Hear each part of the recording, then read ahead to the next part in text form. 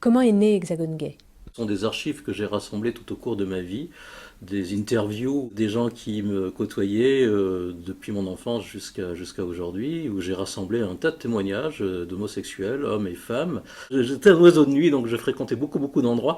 Et puis j'ai tenu mon petit goémillot personnel des lieux gays français. Je prenais des notes, j'avais un carnet, avant d'avoir Internet, où je notais tous les lieux où je passais, où je notais les heures d'ouverture, l'accueil, mon impression, le nom du patron, etc. Et puis je consignais tout ça sur des notes, voilà, sans en faire rien du tout, jusqu'en 2010 où j'ai décidé de partager toutes ces informations et toutes ces archives sur le net.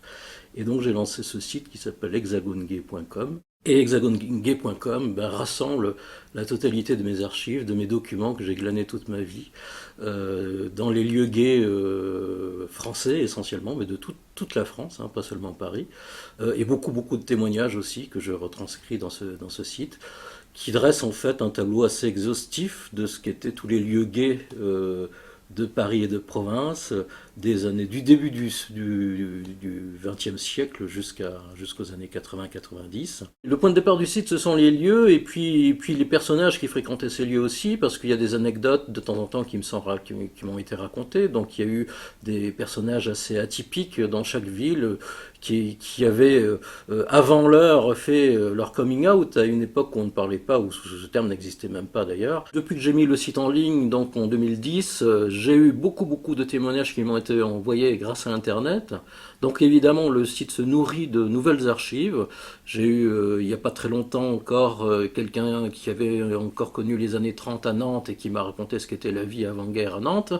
Et tout ça grâce au net, alors que des personnes âgées ont dit qu'ils n'ont pas trop de facilité à pratiquer l'Internet. Là, en l'occurrence, c'était pas le cas. Donc j'ai eu la chance d'avoir des témoignages de cette nature que je n'aurais jamais eu si le site n'avait pas été en ligne. Pourquoi c'est important de garder cette mémoire? Peut-être déjà parce qu'il n'y a pas de transmission familiale dans le milieu homosexuel. Hein. Autant d'autres catégories d'individus peuvent avoir une tradition familiale. Je ne sais pas, par exemple, les juifs ou les portugais, etc., vont transmettre leur culture de père en fils ou de mère à fille. Pour les homosexuels, même si les choses vont peut-être évoluer, mais pour l'instant on est tous nés souvent de parents hétérosexuels, et donc on ne peut pas dire que la transmission de cette culture gay se fasse dans le sein de la famille. Donc, bon, et comme pendant des siècles et des années et des décennies, c'est entouré d'une certaine discrétion, donc il y avait assez peu de témoignages de terrain. Bon, il y avait effectivement des écrivains homosexuels qui ont témoigné de leur époque, etc. Mais toujours avec un œil un petit peu, je dirais peut-être élitiste ou très parisien. Le fait de transmettre une mémoire collective qui s'est passée auprès de gens plus simples ou bien en province, c'est quelque chose qui me semblait indispensable de faire, voilà, et qui me semblait pas surtout satisfait en France. Vous êtes l'auteur d'un roman qui s'appelle Les ondes de la tourmente. Est-ce que c'est le prolongement de ce travail? Oui, bien évidemment. Alors, avec une démarche tout à fait différente. C'est là aussi basé sur mes archives, puisque c'est un roman historique. Les Ondes de la Tourmente est un roman qui voyage un petit peu dans le monde homosexuel français des années 30, puisque l'action se passe essentiellement en Alsace et en Lorraine, et ensuite un petit peu également sur Paris et sur Berlin, mais vu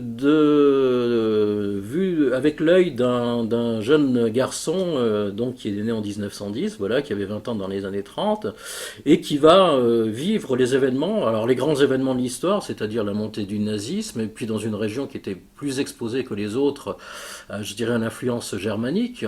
Donc vu à travers les yeux d'un garçon et de son ami, puisque c'est l'histoire d'un couple, c'est une histoire d'amour, c'est un vrai roman, hein, mais basé sur des faits extrêmement précis et historiques. Et donc on voit donc dans le milieu homosexuel de l'époque qui était fréquenté par ce garçon, comment le nazisme a été d'abord perçu, Et quel ravage il a fait ensuite, effectivement, à la fois dans l'Europe tout entière, auprès de populations entières, hein, en parlant des juifs bien évidemment, mais aussi en parlant des homosexuels, parce qu'ils n'ont pas été épargnés non plus par le racisme qui était quasi général en Europe. En dehors de l'histoire sentimentale et puis des deux personnages principaux qui sont vraiment fictifs, le reste du roman ne fait allusion qu'à des personnes et des personnages qui ont existé, je cite les noms et des faits très précis.